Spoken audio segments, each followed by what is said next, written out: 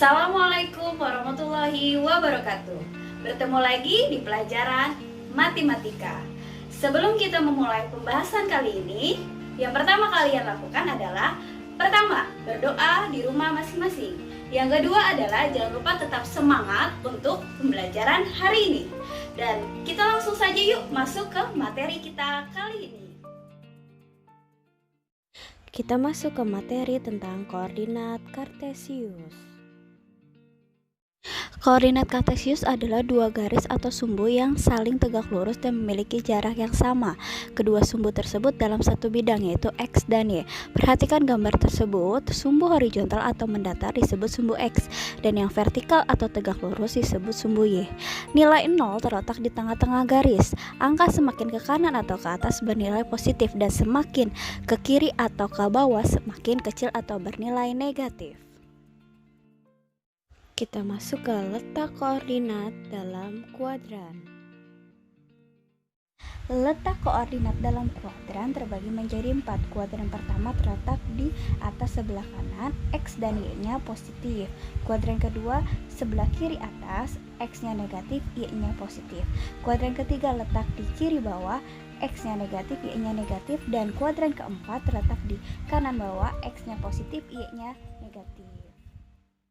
Kita masuk ke contoh. Terletak pada kuadran berapakah titik koordinat A, B, C, dan D? Pertama, gambar terlebih dahulu, baru kamu jawab.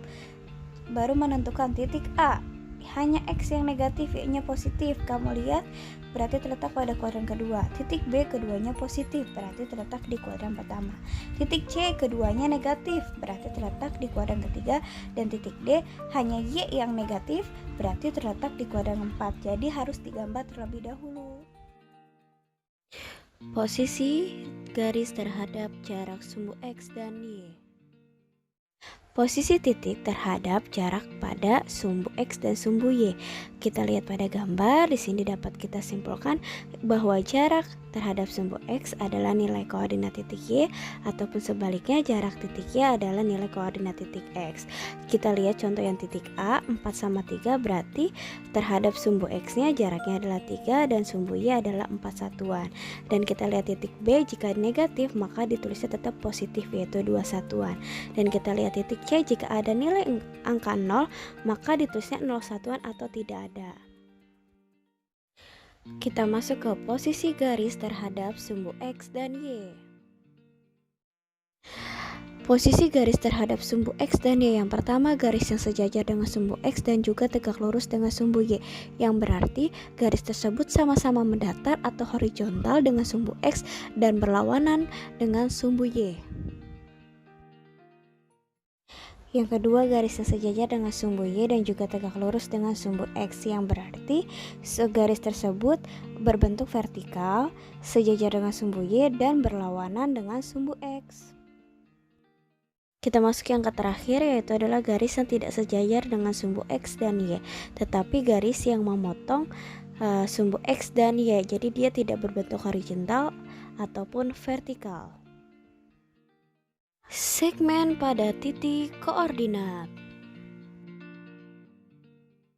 Untuk mencari segmen pada titik koordinat tinggal dibalik aja, X-nya jadi Y, Y-nya jadi X. Dan kita lihat contohnya, di sini mencari koordinat titik S dan segmennya. Kalau mencari koordinat yang belum diketahui, kamu lihat polanya dulu.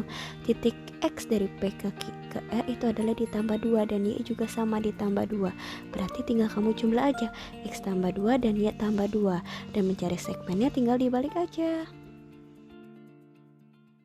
Titik koordinat pada bangun datar. Kita masuk ke contoh titik koordinat pada bangun datar. Kita lihat contohnya. Di sini dimintanya adalah melengkapi koordinat untuk membentuk bangun trapesium siku-siku. Pertama, gambar dulu trapesium siku-sikunya. Yang kedua, gambar titik koordinatnya dan titik PQR-nya. Kamu tarik gambarnya dan kira-kira titik mana yang melengkapi membentuk trapesium siku-siku. Masuk contoh kedua, di sini adalah diminta layang-layang, gambar titik koordinatnya seperti tadi. Khusus layang-layang dia mempunyai diagonal 1 dan diagonal 2 seperti bola ketupat. Bedanya, kalau misalkan layang-layang D1-nya tidak bisa dibagi dua, atas sama bawahnya akan berbeda, tetapi D2-nya sama, kanan sama kirinya, misalkan 2, kirinya juga 2. Kita masuk contoh ketiga. Nah, di sini diminta adalah koordinat titik D dan tambahannya adalah luasnya. Pertama, gambar dulu titik koordinatnya, kita tulis titiknya dan kita tinggal sambungkan. Kira-kira titik koordinat berapa yang melengkapi dan membentuk gambar persegi panjang. Kamu perhatikan gambarnya ya. Kita lanjut yang bagian B, gambar titik koordinatnya. Titik A, B, C, dan D. Lalu kamu gambar persegi panjang. Persegi panjang itu punya panjang dan lebar.